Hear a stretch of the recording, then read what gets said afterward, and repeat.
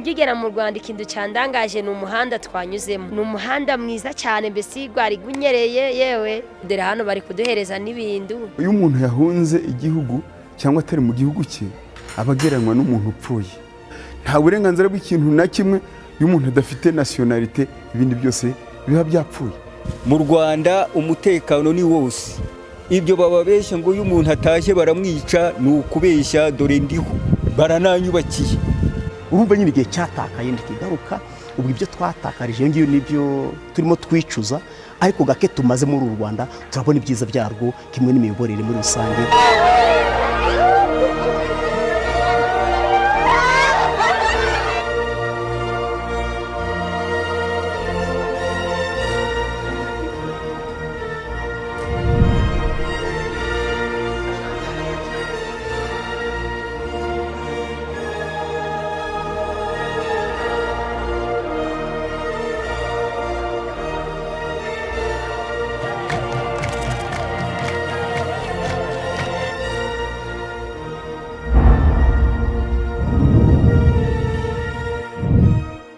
Ikaze mu kiganiro cya Minisiteri y'Imicungire y'Ibiza n'Impunzi tugiye kurebera hamwe ibyavuye mu ruzinduko uhagarariye impunzi ku isi yagiriye mu Rwanda akaba yarasuye impunzi zo mu Rwanda bakamubwira ibibazo bahura nabyo mu buzima bwabo bwa buri munsi bikaba byari mu rwego rwo gushakira cyane umuti ku buryo burambye. Ikaze mu kiganiro cyacu. Tariki ya 8 n'iya 9 Mata 2018 umuyobozi wa UNHCR ku isi Filippo Grandi yasuye u Rwanda mu ruzinduko yagiriraga mu bihugu byo mu karere k'ibiyaga Bigari. Filippo Grandi yasuye urwibutso rwa Jenoside yakorewe Abatutsi muri 1994.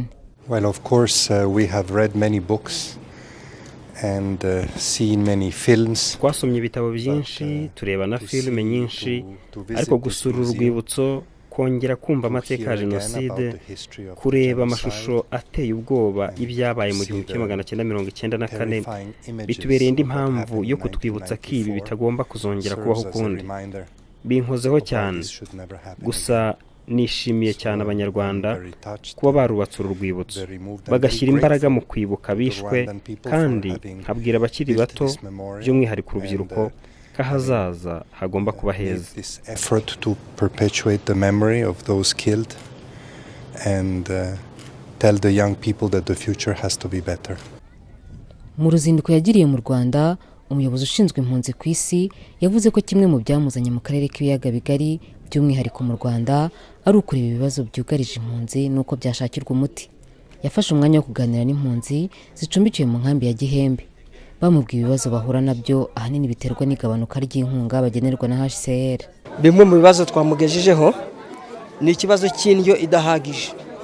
Dutunzwe n'amafaranga 190 ku munsi bihwanye n'amafaranga 5,700 buri muntu abona, kandi urabona yuko ibiciro ku isoko byarazamutse. Twamubwiye inyubako zishaje. Ikibazo cya gatatu twavuze ku cy'ubuvuzi. Ubuvuzi tubona ubuvuzi bw'ibanze hano ku bitaro bya hano. Iyo umurwayi yarembye aja ku bitaro bya district, yava ku bitaro bya district bakamutransfera muri CHUK i Kigali, ariko bitewe nuko amikoro mu ma-ONG yatangiye kugabanyuka n'inkunga zo ba Trump batangaga n'abandi baterankunga byaragabanyutse, ubu tuvugana nta transfer tukibona i Kigali. Ikindi gihari ni inkwi zidahagije. Metre kibe imwe y'isteri zingwe igabana abantu famille ebyiri cyangwa eshatu y'abantu umubare 22. Wakora moyenne iyo bazigabye ku mifungo umwe abona udukwi dutatu gusa. None rero ubwo amikoro atangiye kugabanuka mu ONG n'abaterankunga bakaba batangiye kugabanyuka, iwacu muri Nord Kivu no muri Sud Kivu mu burasirazuba bwa Kongo bagafataniriza hamwe gushaka umutekano bafatanije n'ingabo za ONU ziri hariya. Umutekano ushobora kugaruka bakatubwira tukurira amabasi tugataha tukaje iwacu. Nyuma yo kuganira n'impunzi no kumva ibibazo bahura nabyo, umuyobozi ushinzwe impunzi ku isi yabasubije ku bibazo bamugejejeho anizeza impunzi gukora ubuvugizi. I told them that there are various issues. Some are humanitarian needs like food or firewood. Nababwiye ko hari ibikenewe byinshi. muri byo harimo nk'ibyo kurya, inkwi ndetse n'aho kuba. Ku bw'ibyo dukeneye kugira uburyo bwo gushaka ibisubizo binyuze mu guhanga udushya nko ku bicanwa. Tugiye rero kuvugana n'ishami ry'umuryango w'abibumbye rishinzwe ibiribwa, turebe ku bufasha bujyanye n'ibiribwa. Ikindi kandi dukeneye kubongerera ubushobozi kugira ngo babashe kwibeshaho. Bamaze imyaka isaga 20 mu Rwanda. Ndatekereza ko igihe kigeze kugira ngo babone amahirwe ku mirimo ndetse no mu mirimo ya leta. Gusa kugira ngo ibyo bigerweho tugomba no kugira uruhare mu kongerera ubushobozi igihugu, kuko ntibyaba byumvikana neza gusaba u Rwanda kwakira abantu bose kandi nta bushobozi buhagije twahaye u Rwanda. Iyi nayo ni indi mpamvu y'uruzinduko rwanjye hano mu Rwanda. Hanyuma kugira ngo batahuke mu gihugu cyabo hakenewe ko habanza kuba umutekano. Babivuze mu nama twagiranye. Ni ngombwa ko icyo kirebwaho kuko bamwe muri bo bashobora kuba bashaka gutahuka, ariko tugomba kubanza kwizera ko nibataha nta kibazo bazagirira iwabo. Iki ni ikibazo tugomba kuzaganiraho nk'ishami ry'umuryango w'abibumbye ryita ku mpunzi UNHCR, leta ya Kongo ndetse na leta y'u Rwanda. Naganiriye na Perezida Kabila mubwira ko bagomba kubanza kugarura amahoro cyane cyane mu burasirazuba bwa Kongo kugira ngo impunzi zabo ziri mu bihugu bitandukanye zitahuke, kuko nibyo benshi bifuza. Uhagarariye impunzi mu nkambi ya Gihembe yavuze ko bongeye kugira icyizere nyuma yo kumva ibisobanuro kuri bimwe mu bibazo bibazaga na nyuma yo guhabwa icyizere ko bazakorerwa ubuvugizi. Icyizere dufite nuko yavuze yuko ari buje gukora ubuvugizi, yabona abaterankunga bashya reshene ikaba yashobora kuzamuka. Icyo yakivuzeho. Ikindi yavuze ko ubushize twakunda kubona restauration y'amadosiye y'abantu kujya hanze bitewe nuko Amerika yemeye yuko izakira abantu bake. Yavuze ko ari bugerageze kujya gushaka n'ahandi yuko hari hakurya hakiri umutekano muke, narindi nabo twahunze baracyariyo, haracyari intera hamwe nizo twahunze, haracyari imitwe y'abamayimayi nizo twahunze, haracyari yo zanyatura n'iyindi mitwe myinshi cyane ishaka gusahura. Rero nibakoresha uko bashoboye iyo mitwe yose bakayinetraliza tuzataha.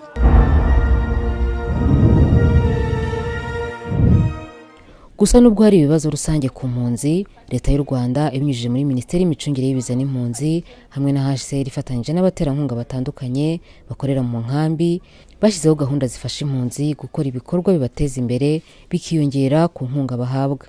Hari gahunda iriho yo gushakira ibisubizo birambye impunzi, kuko byagaragaye ko u Rwanda impunzi rucumbikiye inyinshi zihamaze igihe kinini, imyaka igera kuri 20.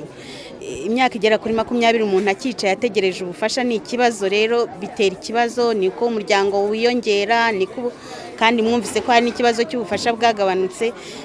Iyo gahunda iriho rero niyo kubashakira ibisubizo birambye kugira ngo babe bafashwa kwigira gukora imyuga runaka, noneho babashe kwishakira nabo ibibatunga ibibabeshaho mu gihe wa mutekano utaragaruka mu gihugu cyabo ngo batahe. Bamwe mu mpunzi bashyize mu bikorwa inama bagirwa bakanakoresha neza inkunga bahabwa yo kwiteza imbere, bavuga ko bamaze kwigeza kuri byinshi. Ibi ngibi nabiyakiriye nk'inzozi mu buzima bwanje, kubera kubona namba ya mbere muri UNHCR bakahitamo kunsura. Ni ibishimo byinshi cyane, sinzi ukuntu nabivuga, kubera ukuntu kubaje mbere se bibazo mfite. Urabona meya yanyemereye umuriro ngo bashobora korera devi bakagurira umuriro bakawunshiriramo hano gutya ibikora byaje bigakomeza imbere. Nabashimiye ku bintu banigishije, kubera naje ahanga ndi umuhinzi, ndi umukarani gukorera imizigo, ariko kubera ubwenge bamaye banyigisha umwuga w'ububaji. Ubu ngubu ndi kwiteza imbere n'umuryango wanje. Urabona ku isi bagabanyuje amafaranga y'impunzi bahembwa, biriya njyewe sinshobora kubireba kubera mfite akazi ndimo gukora. Biramfasha umuryango wanje, birafata n'abandi bantu bo hanze tukorana, baraza niba mfite akazi kenshi baramfata, nindangiza gukora mbahemba, babonye nabo amafaranga. Yadusuye twishimye cyane kubona nkatwe dufite ubumuga rwose, twarisuzuguraga ariko byatunejeje. Koperative yacu yitwa Twisungane, tudoda amaribaya, tukadoda amakanzu n'ibyo abagabo turabidoda, modele zose twadudoda n'imipira y'abanyeshuri byose turabikora. Twahereye ku mashini imwe twari turi babiri tugenda dufashanya, ngira amahirwe nawe aza kubona iye ya kabiri, twagira n'indi mashini ya trikotaje nayo igenda idufasha, nayo niyo twiguriye. Ariko mu kubigeraho ni HI bano nyine bashinzwe abafite ubumuga mu nkambi bagiye babidufashamo n'inkomoko nabo bakatuguza. Niyo mpamvu aho tugeze twagiye dutera imbere, ko ku munsi nadoze neza ndoda amariba 2 nayuzuza. Amariba 2 rero ni 6,000 na mugenzi wanje nayo nabiri 12,000 twabyinjiza. Rwose ambajije ibibazo dufite ndabimubwira, mubwiye ko ikibazo cya mbere dufite nk'impunzi, ikibazo cy'amafaranga make nyine ya MVZ dufata ahangaha, ndabimusobanuriye arabimbwira ati nanjye ndabizi. Mubwira ikindi kibazo arambwira ati se mugomba kwiyubaka kugira ngo namwe nubwo tubafasha ariko namwe mujye mugerageza kwiyubaka, nubwo turi impunzi ariko dufite ubwenge bwo gukora. Nta gishoro nazanye rwose mu Rwanda, tanye gucuruza amandazi, biscuit, ngenda nkomeza buhoro buhoro, njya gucuruza udushyimbo buhoro buhoro, ndakomeza kugeza na n'ubu ngenda nzamuka buhoro. Ubundi twabanje kujya dukorana na ARC byerekeye gatoya by'amashyirahamwe, aho ngaho twajya tuhakura akantu gato kugira tuzamuka buhoro buhoro. Nuko hano dufite imishinga n'amakampani byaje ahangaha. Urugero hari nka kampani y'inkomoko, iraza ukatanga demand bakakuguriza amafaranga ugakora ukagenda wishyura. Hari n'utundi dukampani dutoya ko kubitsa no kuzigama tuteganije ko tuzaza hano. Mukamana Chantal n'umuryango we bari mu bagezweho na gahunda yo gushakira impunzi igisubizo kirambye batuzwa mu bindi bihugu. Nukuri na hano uko biri kose badufashaga bakaduha rero amafaranga nubwo abari makeya, ariko uko biri kose twacungaga nabwo batwitaho, ntabwo badutererana uko bwije nuko bukeye. Muri aya mafaranga makeya tuyabonera igihe tugahaha ibiryo bikwiranye nayo, ariko usibye yuko biba bitaduhagije. Icyo nabaganirije nuko nanezerewe nishimye yuko banteganyirije ahantu mu buzima bwiza ngiye kujyana abana banjye muri Amerika, muri Chicago. Ubwo rero byanejeje nukuri, kubera nari umupfakazi ntagira n'umugabo, kubw'abana banjyaniye nkabanezerewe. Nicyo ngicyo twari turi kuganiraho. Mbese ikibazo bigiye kudukemurira ni ukubera nk'abana bacu mba badafite ubushobozi bwo kubigisha, abana banjye rero bakaziga. Minisitiri w'imicungire y'ibiza n'impunzi akaba yaravuze ko uru ruzinduko umuyobozi wa UNHCR ku isi yagiriye mu Rwanda rwasize impunzi zumvise ko bimwe mu bibazo baba bafite nta ruhare leta y'u Rwanda iba yabigizemo, cyane ko leta y'u Rwanda iba yashatse izindi gahunda zo gufasha impunzi kunoza imibereho yazo birenze ku byo bagenerwa na UNHCR. Mu by'ukuri twishimiye urugendo rwe, kuko nko mubizi koko u Rwanda narwo ruri mu bihugu bicumbikiye impunzi nyinshi, kandi hari ibibazo tugenda duhura nabyo mu micungire yazo. Tugerageza gufatanya n'abafatanyabikorwa batandukanye, harimo nyine na UNHCR kuko irahagarariwe mu Rwanda n'ubusanzwe.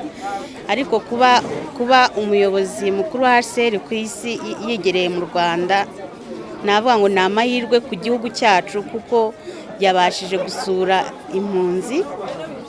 By'umwihariko yasuye impunzi muri iyi nkambi ya Gihembe, abasha kuganira nazo, abasha kwiyumvira ibibazo zifite, ndetse agerageza no kubisubiza, nazo zibasha gusobanukirwa n'uruhare UNHCR ifite mu micungire yazo, ndetse n'uruhare guverinoma y'u Rwanda ifite. Bityo bituma batitiranya ibintu ngo bumve ko rimwe na rimwe hagize ibitagenda neza bakumva yuko nta ruhare igihugu cyacu cyabigizemo.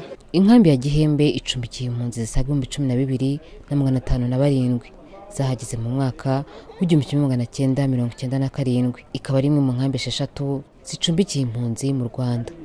Impunzi ziri mu Rwanda zikaba ahanini zaraturutse muri Repubulika Iharanira Demokarasi ya Kongo ndetse no mu Burundi. Turabashimiye cyane ababanye natwe mu kiganiro cya Minisiteri y'imicungire y'ibiza n'impunzi. Mwongeye kwibonera yuko ibyavuye muri uru ruzinduko uhagarariye impunzi ku isi Filippo Grandi yagiriye mu Rwanda harimo kuba yaremereye impunzi gukomeza gukora ubuvugizi kugira ngo haboneke ibisubizo ku bibazo bahura nabyo bya buri munsi, cyane cyane ariko hibandwa kubona ibisubizo ku buryo burambye. Reka tubitse ko ku bindi bisobanuro kuri iki kiganiro muhamagara nimero itishyurwa ya midimari 170. Naho mu kiganiro cy'ubutaha tubifurije ibihe byiza.